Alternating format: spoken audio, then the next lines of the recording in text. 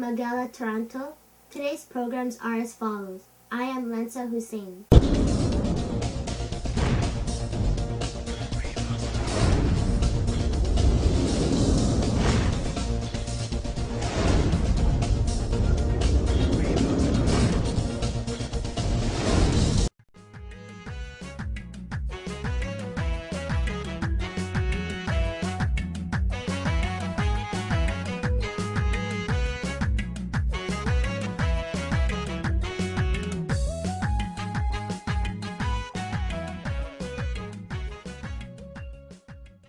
Hi everyone, my name is Roberta Nure of TVOMT, Magala, Toronto, and here are the headline news. All Oromo nationals arrested on Irreecha should be released immediately. Ethiopia harasses Voice of America and its sources. Ethiopian Muslims resume protest against government interference. In Ethiopia, a war on humanitarian agencies and staff. Azeb Mesfin refuses to vacate PM's residence. All Oromo nationals arrested on Irreecha should be released immediately. OLF press release. Oromos have been annually celebrating Irreecha festival, one of the pillars of Oromo cultural identity, at Harsadi in Bishoftu, Central Oromia, in millions for past years. Even spectators from Europe and America have observed this celebration as the only one of its kind in Africa involving such a huge participant. This has been going on despite sustained attempts of regimes to suppress and erase it. However, this event is never recognized as a national event in Ethiopia. The consecutive regimes in Ethiopia and some aspirants of the ancient regime who have been doing their best to erase the Oromo identity and forcefully assimilate into the Ethiopian one have worked hard to suppress this event. The perpetuation of this policy sharply contradicts within the declared policy of the current regime that boasts of accepting the identity and cultural rights of all the nations and nationalities in Ethiopia. This policy has glaringly manifested itself during the current year festivity on September 30th, 2012. Normally, police forces are deployed to ensure safety of such events in Ethiopia. However, all forces of coercion are applied to suppress the peaceful celebration, not only through severe public beatings and arrest of hundreds, but also by intercepting those who are heading to the venue of celebration and confiscating personal traditional attire and ornaments so that they will never be available to anyone in the future. Consequently, more than hundreds have been wounded by severe beating, as many arrested in local prisons, while about that many, 55 of whom are currently identified, have been taken to the notorious Makulewi prison for the shocking torture the place is famous for. This entire ordeal took place in front of correspondents of world media present on the scene who chose not to utter a word.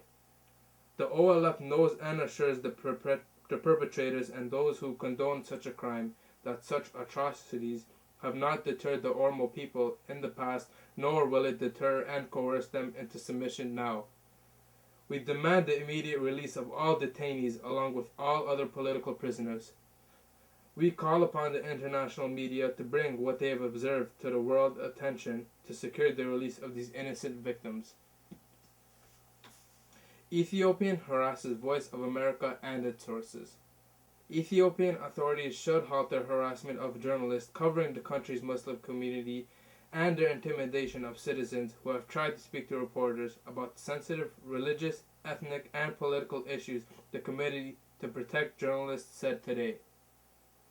Police in the capital, Addis Ababa, briefly detained Martha van der Wolf, a reporter with the U.S. government-funded broadcaster Voice of America, as she was covering a protest by members of Ethiopia's Muslim community at the Anwar Mosque, local journalists said.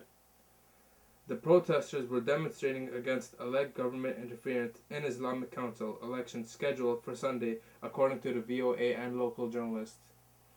Wolf was taken to a police station and told to erase her interviews and then released without charge, local journalists said.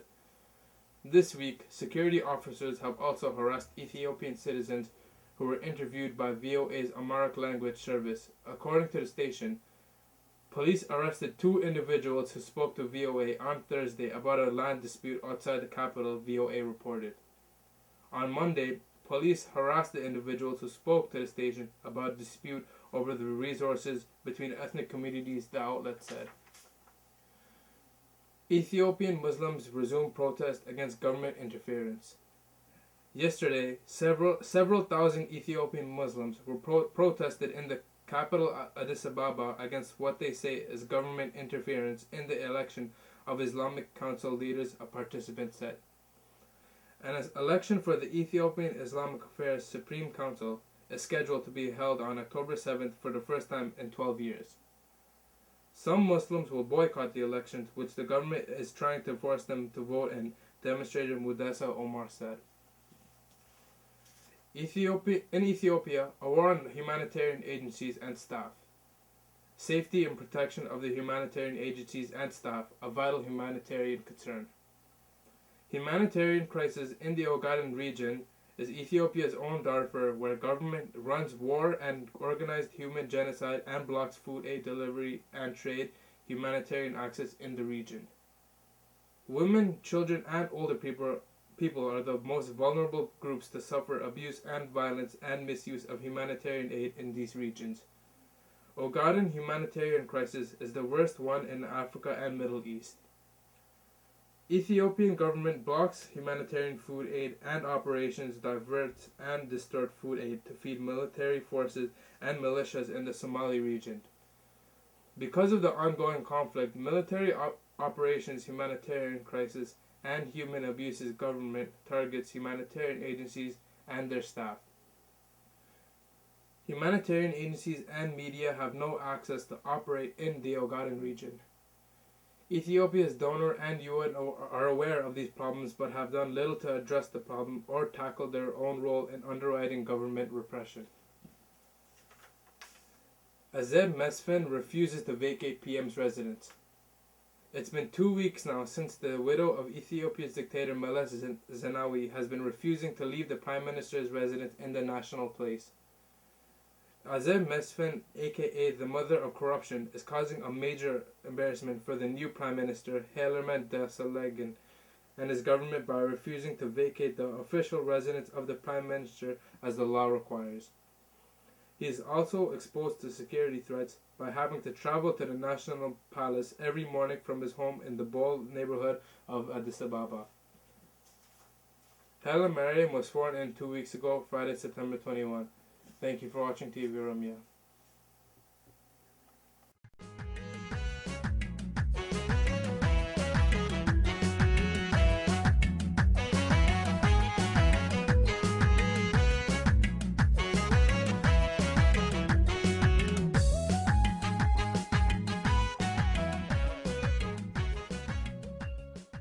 Detention of Oromo nationals on Irreecha Festival celebration. HRLHA action, October 5, 2012.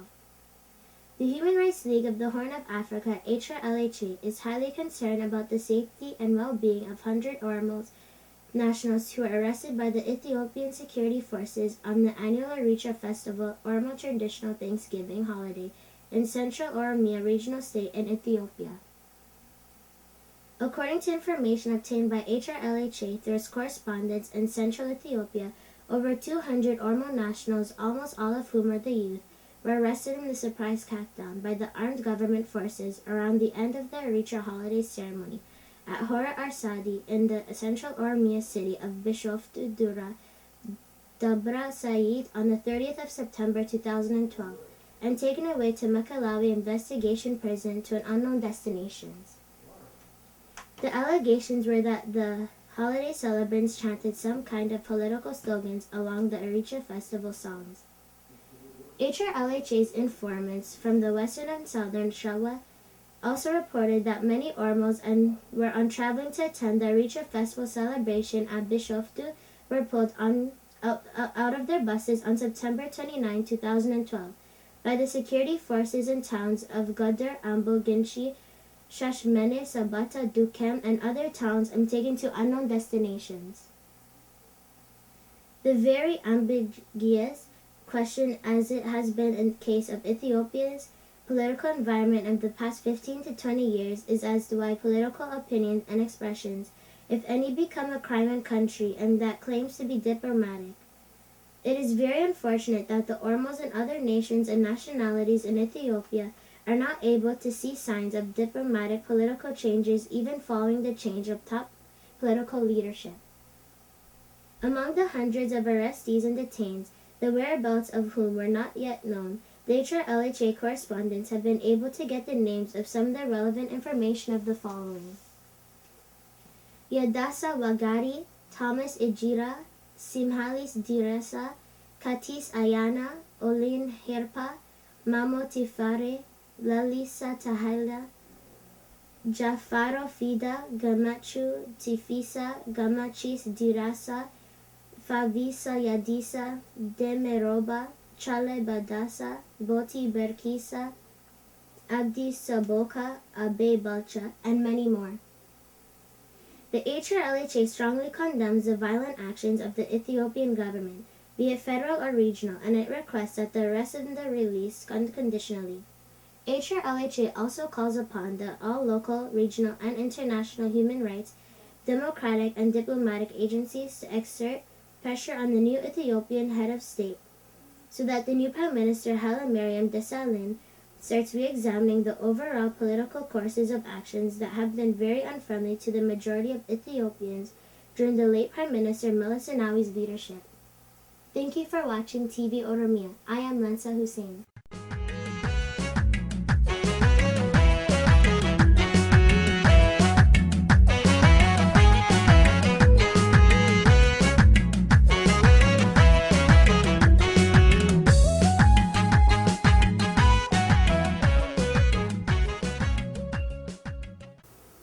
Hello and welcome to TV Oromia Magala Toronto. My name is Bultam Omer, and today we'll be focusing on an article by the Oromo Press titled, "Is the Ethiopian regime troops' crackdown on the Oromo people at the Irreecha festival an Ethiopian apartheid policy or law enforcement?" On Sunday, September 30th, 2012, several million Oromos gathered at Bishoftu's Hora Arsadi in central Oromia, southeast of Finfinne, to celebrate Irreecha, a national Thanksgiving holiday.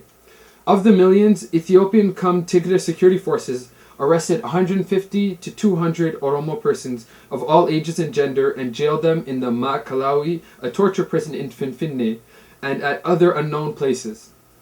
The violent mass arrests were accompanied by dehumanizing activities by the Ethiopian army and police. Women, girls, and men were stripped naked in public of cultural costumes at gunpoint. The mass arrests and harassments are part of the apartheid policy Ethiopian regimes have followed towards the Oromo people. Apartheid here stands for the system of legal ethno-racial segregation enforced by the Ethiopian People's Revolutionary Democratic Party, the EPRDF, since 1991. The EPRDF was created to protect the interests of Tigrayans and to violate the interests of members of other nationalities such as the Oromo. At Irreecha, Ethiopian security forces interpreted Oromo cultural outfits as symbols of Oromo Liberation Front, the OLF, or symbols of the enemy. It is wildly crazy that the culture of a whole group of people is equated to OLF to justify attacks. A lot has been reported on the phenomenon. I am not here to repeat the news, but to put it in perspective. The questions that is rarely asked about the recurring yearly crackdown against Oromos based on their identity, Oromo ethnicity, religion, culture, language, and clothing articles, is whether these brutal actions are just accidents of human rights violations or whether they are the continuation of Ethiopian apartheid policy against the Oromo bodies, minds, and cultures. The fact of the mass arrests repeatedly occur during the Oromo holidays but do not occur at all during the Habasha holidays, such as Meskel and Timket. Show the current Ethiopian regime, as past ones, follows an apartheid policy against the Oromo people in all spheres of life, including areas of religion, culture, economy, and the rights to exist. There were not any collective or individual arrests carried out against members of the ruling ethno-national groups from the Tigray and Amhara during the Habasha New Year, and Meskel celebrations just prior to the Oromo's Irreecha. Abyssinians freely exercise their collective festivals and celebrations because they own their own state. The crackdown at Irreecha 2012 in Oromia is not just a mere government interference with the Oromian national events, but it is a systematic apartheid policy. Stripping Oromo women and girls naked in public, sending several hundreds to jail, beating festival goers with batons, infiltrating the holy state of the Arsardi, and policing what kinds of songs by the youth are sang. Premeditated actions that were centrally planned by Ethiopia's notorious National Security and Intelligence Service. The so-called federal police, conventional troops, and Oromia police were deployed in tens of thousands to terrorize Oromo unarmed civilians. Does such discrimination happen to Tigrayans or Amara when they celebrate their holidays in Finfinne, right in the center of Oromia, or Mekele? Not at all. They rather celebrate in complete joy, while Oromo's attempt to have just one happy holiday is violently disrupted. Habashas are safe to do whatever they want because they control the armed forces. There is no such thing as Oromia police troops. All of the troops and security forces belong to the ruling Ethiopian People's Revolutionary Democratic Front, the engine of which is the Tigray People's Liberation Front, the TPLF. Collective arrests and killings of Oromo's national have been going on for the last 21 years in Ethiopia. Nothing has changed since Mullah Zenawi died and the figurehead Haile Mariam Desalegn replaced him. What does it mean when a single day 150 to 200 purely Oromo members of the Oromo nationality are arrested and sent to Ethiopia's most notorious torture prisons, where all kinds of primitive physical punishments are exacted upon them, and they are let to set a waste like they are nothing? It means apartheid. It means racist discrimination based on ethnicity. The Human Rights League of the Horn of Africa lists the names and pictures of 50 Oromos, mostly high school teenagers and college-age students. Elemtu Lemi Jabesa, 19, and Ayantu Mohammed Mumme, 22, were two females among the arrested. These two young girls are high school students from West Shawa and East Hararge, Central and Eastern Oromia respectively. They came to be happy with their people, but they ended up being thrown up into a torture prison. As many other Irreecha pilgrims did, they traveled long distances to get to the holy site of Bushoftu.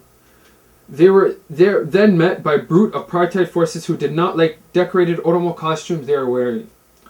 They hated the ethnic identity of these girls and the Oromian national self-confidence that had been represented. Elemtu and Ayantu are likely to be tortured and subjected to other forms of physical and emotional assault in prison. It is well known that Ethiopian troops and police deliberately torment and physically abuse women wherever they go. Wayane troops and police are just a bunch of crude rapists and murderers. Will they abuse Tigrayan females who are 19 and 22? Never. They abuse Oromo since they view them as members of the enemy ethnicity group. The occupying forces are notorious for using any form of abuses as weapon of continued segregation and collective humiliation. The goal of Ethiopia's apartheid policy is to humiliate and traumatize as many Oromos as they can so the Oromos abandon their quest for freedom, culture, and traditional religion, Wakefanna. The goal is to force Oromos to speak Amharic or Tigrinya, to make the Oromo abandon theirs and adopt Habasha cultures and religions. The goal is to rid the Oromia of its youngest and brightest future leaders. They aim to pave the way for Habashas to extract the resources of Oromia exclusively for themselves.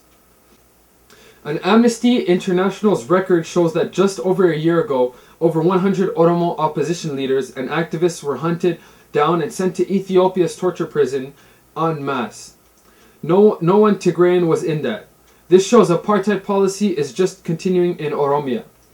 Then apartheid policy was enforced under Mullah Zenawi. Now, a year later, it is being enforced under Haile Mariam Desalegn, where 200 Oromos have been arrested from all over Oromia for a mere reason of gathering to celebrate the national holiday Irreecha. Although Ethiopia has over 86 ethno-national groups, no group else has been subjected to the level of the collective state-sponsored violence or terrorism as Oromos have been in Ethiopia. The privileged Habasha groups enjoy unparalleled protection from the Ethiopian government because of just satisfying the birth criterion of being co-ethnics with ruling elites. Apartheid policies against the Oromo in Ethiopia are conducted systematically. Oromos are denied the right to the assembly on their public holidays such as Irreecha. Oromos are denied economic, social, and cultural rights in violation of major international human rights conventions and treaties needless to mention here.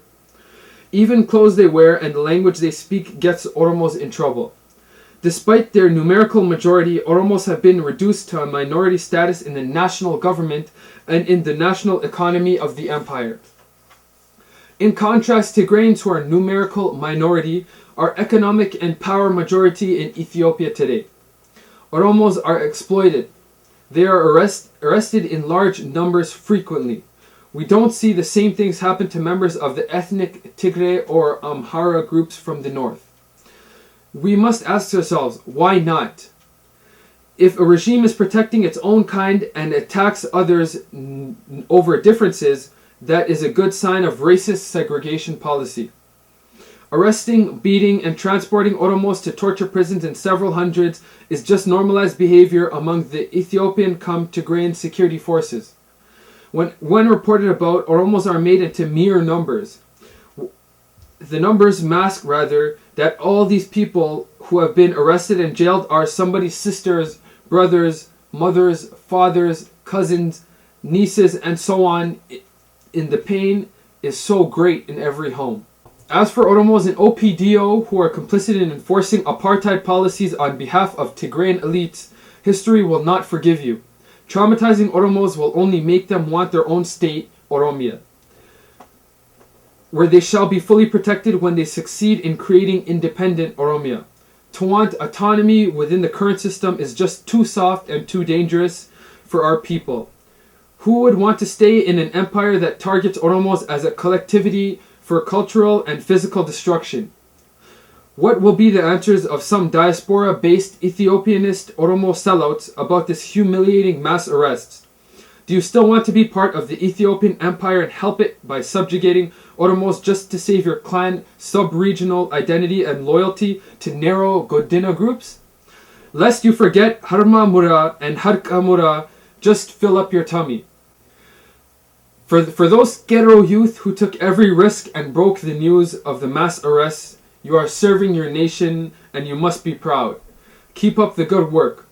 Oromia shall be free through your blood and sweat. Ibidda dinan gamahundan Oromiyatti qabsifame. Hagadaan sinutti bokonna hinkabnu. Thank you for watching TV Oromia Magala Toronto. I am Bolton Ulmer and I'm signing off.